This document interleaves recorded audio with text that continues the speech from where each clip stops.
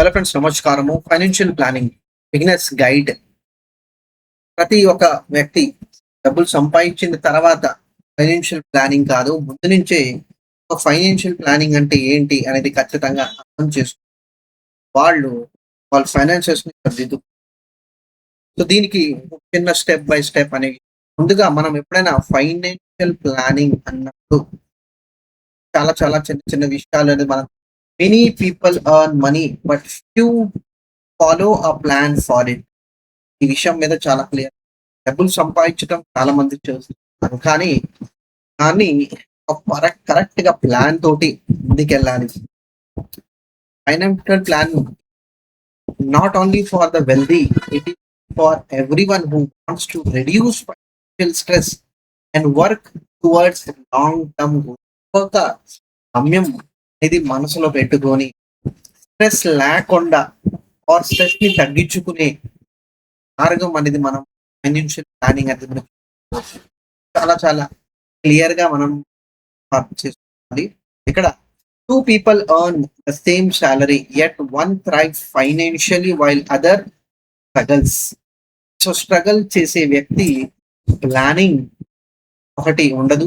రెండోది, ఒకవేళ ప్లానింగ్ ఉన్నా కూడా అన్ని ఇంప్లిమెంట్ చేసే పట్టుదల అనేది లేకపోవడం వల్ల సమస్యలు అనేది ఉంటాయి. సో చాలా ఇంపార్టెంట్ విషయం ఇది. ఎవరు నేరపరు ఫైనాన్షియల్, ఎవరు నేరపరు నేర్చుకొని ముందుకెళ్ళాలి. అందుకు one by one steps. First, financial planning అంటే ఏంటి అనేది ఒక చిన్న డెఫినిషన్ కరెక్ట్ గా. Planning the process of setting money goals and creating a structured strategy to achieve them. So ఇక్కడ ఏం చెప్తున్నారు, ఫస్ట్ లైన్ లో ఫస్ట్ మనీ గోల్స్ అనేది నేను క్లియర్ గా డిఫైన్ చేసుకోవాలి.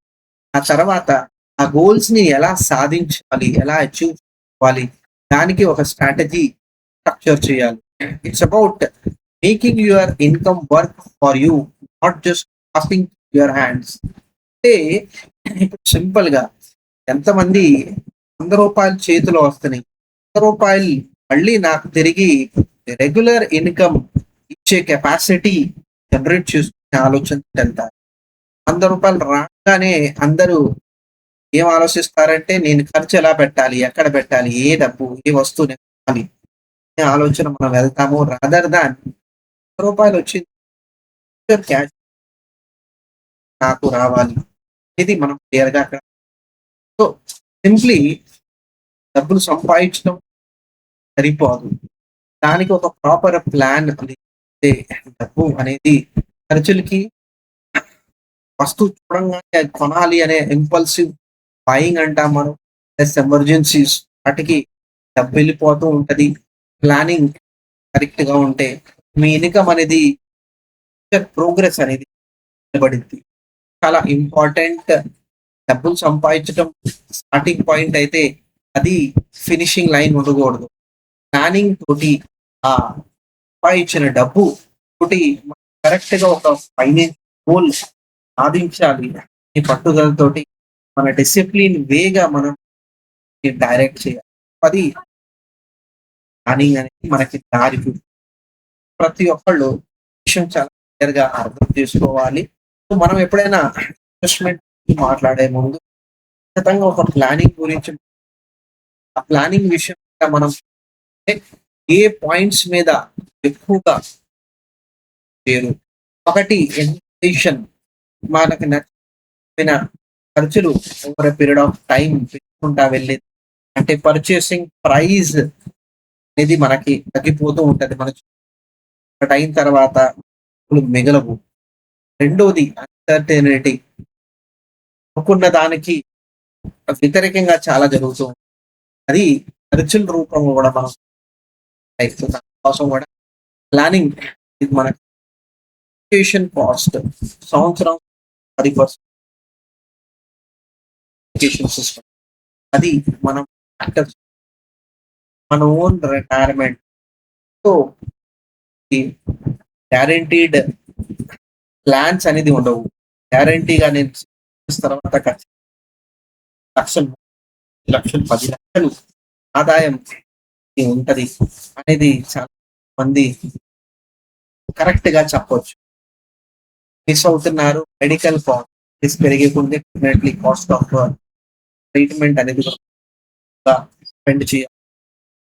ఓవరాల్ ఫైనాన్సెస్ కరెక్ట్ గా ఉండకపోతే వీటిలో అనేది వెళ్ళిపోతూ జారిపోతూ ఉంటాయి తెలియకుండా ఫర్ పీరియడ్ ఆఫ్ టైం ఆఖరిలో మన దగ్గర సెలవు. సో అందుకోసమే ఫైనాన్షియల్ ప్లానింగ్ అనేది ఈ 7 పిల్లర్స్ మీద మనం ఫోకస్ చేయాలి. బడ్జెటింగ్ డబ్బు ఏ విధంగా వస్తుంది, ఏ విధంగా వెళ్తుంది అనేది కరెక్ట్ గా మన అనుకూలంగా ఖర్చు అవుతుంది. కాకుండా ఎక్కువగా ఖర్చు పెట్టామా, ఎక్కడ పెట్టాము దాని వెనక మనం ఏంటి దాన్ని ఆలోచించాలి.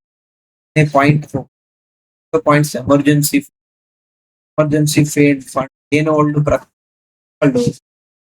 వాళ్ళు వెళ్తారు. క్రెడిట్ కార్డ్ ఎక్కువ యూజ్ చేయడం జరుగుతుంది. పర్సనల్ లోన్ ఎక్కువ యూజ్ చేయడం జరుగుతుంది. సో ఎమర్జెన్సీ ఫండ్ ఉంటే దాని జోలికి వెళ్ళము.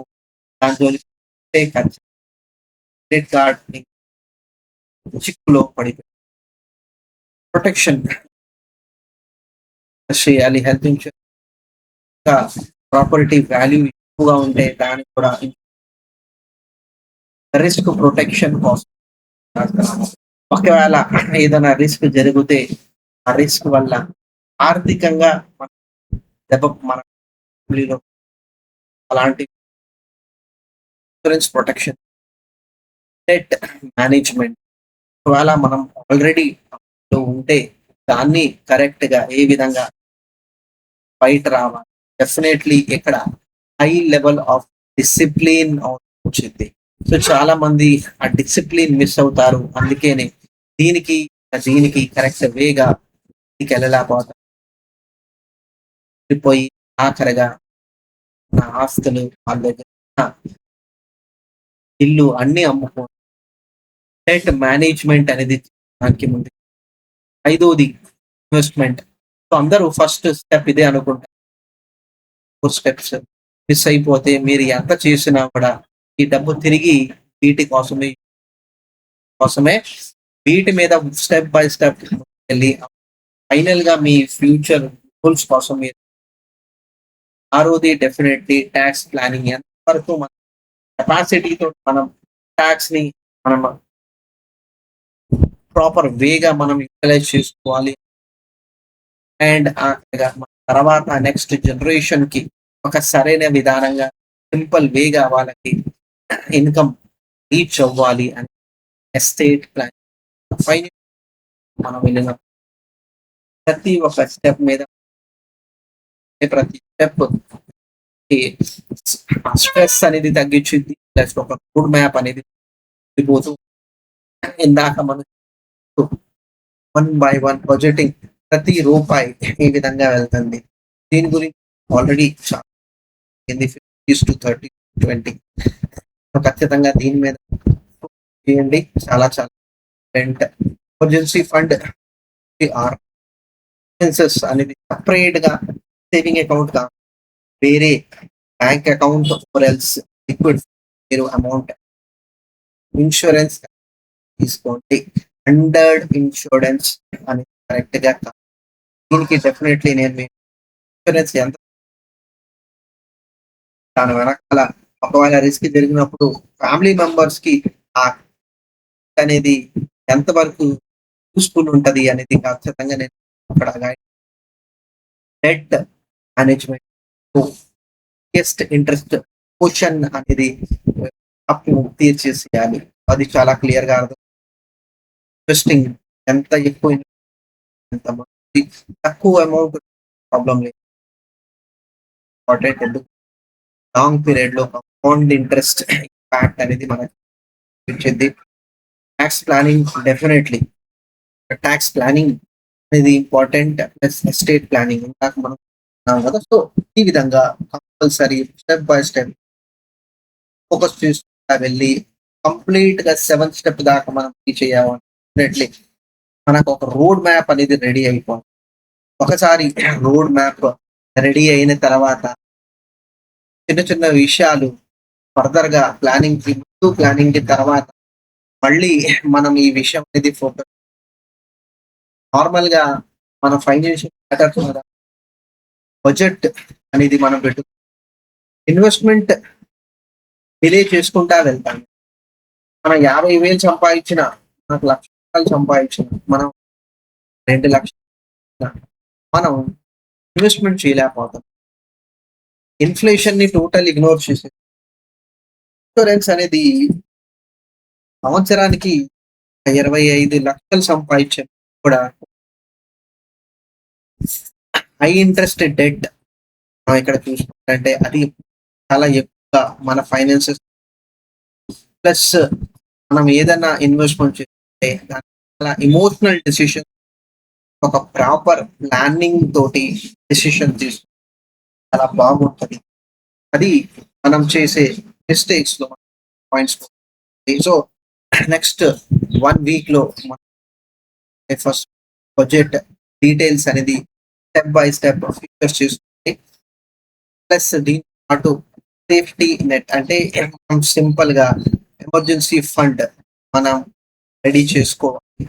దీని తర్వాత ప్రాపర్ గా లైఫ్ కవర్ అనేది మనం ఫైనల్ గా మనం ఇన్వెస్ట్మెంట్ ఒక జర్నీ అనేది మనం పర్టికులర్ నెక్స్ట్ 1 మంత్ లో ఫస్ట్ స్టెప్ చేయాల్సింది. సో తెలుసుకున్న విషయం ఏంటంటే ప్లానింగ్ అనేది ఇట్స్ జర్నీ. ఒకసారి ఫైనాన్షియల్ ప్లానింగ్ చేసేసాను, వదిలేసాను, కంటిన్యూస్ గా మనం అనుకున్నది రోడ్ మ్యాప్ చేశాను.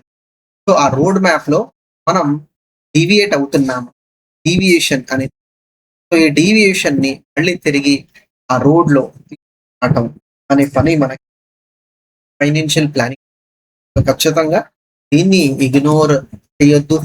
రెండోది, ఒకసారి ఫైనాన్షియల్ ప్లానింగ్ కి వెళ్ళామనుకో ఒక ఫైనాన్షియల్ డిసిప్లిన్ అనేది మన లైఫ్ లో మనం ఒక ఫైనాన్షియల్ హ్యాబిట్స్ అనేది కరెక్ట్ గా మ్యాచ్ చేసుకోవాలి అనేది మనం క్లియర్ గా అర్థం చేసుకొని అందరు మొత్తం ఫ్యామిలీ మెంబర్స్ కట్టుబడి దీన్ని ఇంప్లిమెంట్ చేసే ఆలోచన.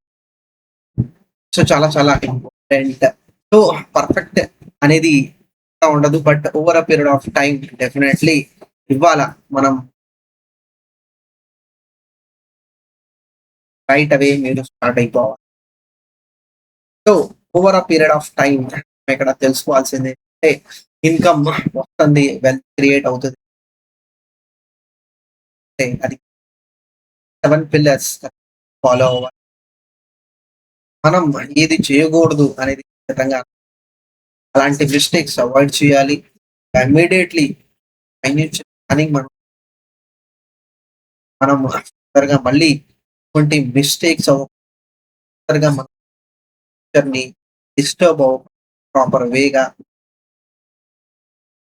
ఫైనాన్షియల్ ప్లానింగ్ లో ప్రతి రూపాయి గోల్ మీట్ అవ్వటానికి. సో చాలా చాలా